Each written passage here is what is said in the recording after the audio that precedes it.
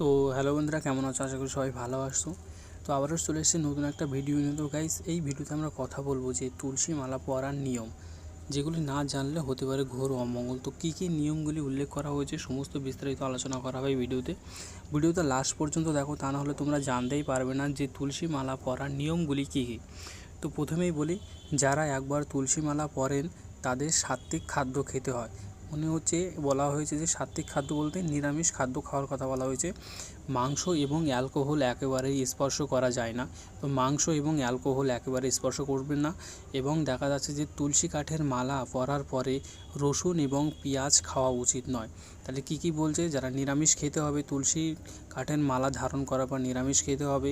মাংস এবং অ্যালকোহল জাতীয় দ্রব্য মোটেই স্পর্শ করা যাবে না। এবং তুলসী কাঠের মালা পরার পরে পেঁয়াজ এবং রসুন খাওয়া যাবে না। দ্বিতীয় নম্বর কি বলছে? তুলসীর মালা একবার পরার পর বারবার খুলে ফেলা উচিত নয়। তাহলে বন্ধু, তোমরা জানতেই পারছো যে তুলসীর মালা একবার পরার পর বারবার খুলে ফেলা উচিত নয়। সেই সঙ্গে এই মালা পরার আগে গঙ্গা জল দিয়ে ধুয়ে নিতে হবে।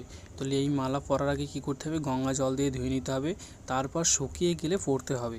দ্বিতীয় নম্বরটা এটাই বলা হয়েছে যে বারবার খুলে পরা উচিত নয়। তৃতীয় নম্বরটা যেটা বলা হয়েছে, যারা একবার তুলসী মালা পরেন তারা প্রতিদিন বিষ্ণু মন্ত্র জপ করেন। তাহলে কি বলা হয়েছে? যদি আপনি তুলসী মালা ধারণ করে থাকেন তাহলে দিনে একবার হলেও বিষ্ণু মন্ত্র জপ করবেন।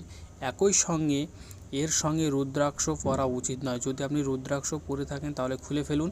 এবং দেখা যাচ্ছে যদি রুদ্রাক্ষ না পরে থাকেন এবং ভেবে রেখেছেন যে রুদ্রাক্ষর মালা পরবেন, অবশ্যই এটা উচিত নয়। এটা এমন কাজকে অশুভ বলে মনে করা হয়েছে।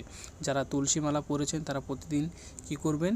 বিষ্ণু মন্ত্র জপ করবেন। এবং দেখা যাচ্ছে যে রুদ্রাক্ষ কখনোই ধারণ করবেন না। যদি রুদ্রাক্ষ ধারণ করে থাকেন তাহলে এমন কাজকে অশুভ বলে মনে করা হয়েছে, রুদ্রাক্ষ খুলে ফেলতে পারে।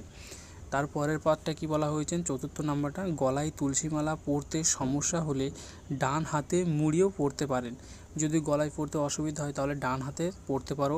এবং অন্যদিকে রুটিন কাজ করার আগে এটিকে বাইরে রাখুন, তারপর গঙ্গা জল দিয়ে ধুয়ে পরিধান করুন। যদি অন্য কোনো কাজে যাওয়া হয় তাহলে সেই ক্ষেত্রে কী বলা, যদি অশুভ কোনো কাজে যদি যাওয়া হয় তাহলে সেই ক্ষেত্রে কী বলা হয়েছে?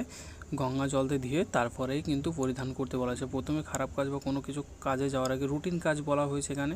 আপনারা বুঝতেই পেরেছেন যে রুটিন কাজগুলি কী কী। তো রুটিন কাজ করার আগে কি করতে হবে? রুটিন কাজ করতে যাওয়ার আগে খুলে রাখতে হবে। খুলে রাখার পর কী করতে হবে? এটা গঙ্গা জলতে ধুয়ে তারপরে পরতে হবে। তো এটাই ছিল আজকের বিস্তারিত আলোচ্য বিষয়, তুলসী কাঠে মালা পরার নিয়ম। তো বন্ধুরা, ভিডিওটা যদি ভালো লেগে থাকে তাহলে একটা লাইক করে দিও, আর চ্যানেলে নতুন হয়ে থাকলে সাবস্ক্রাইব করে আমাদের পাশে থেকো। তো আজকের ভিডিওটা এই পর্যন্ত, দেখা হচ্ছে পরের ভিডিওতে।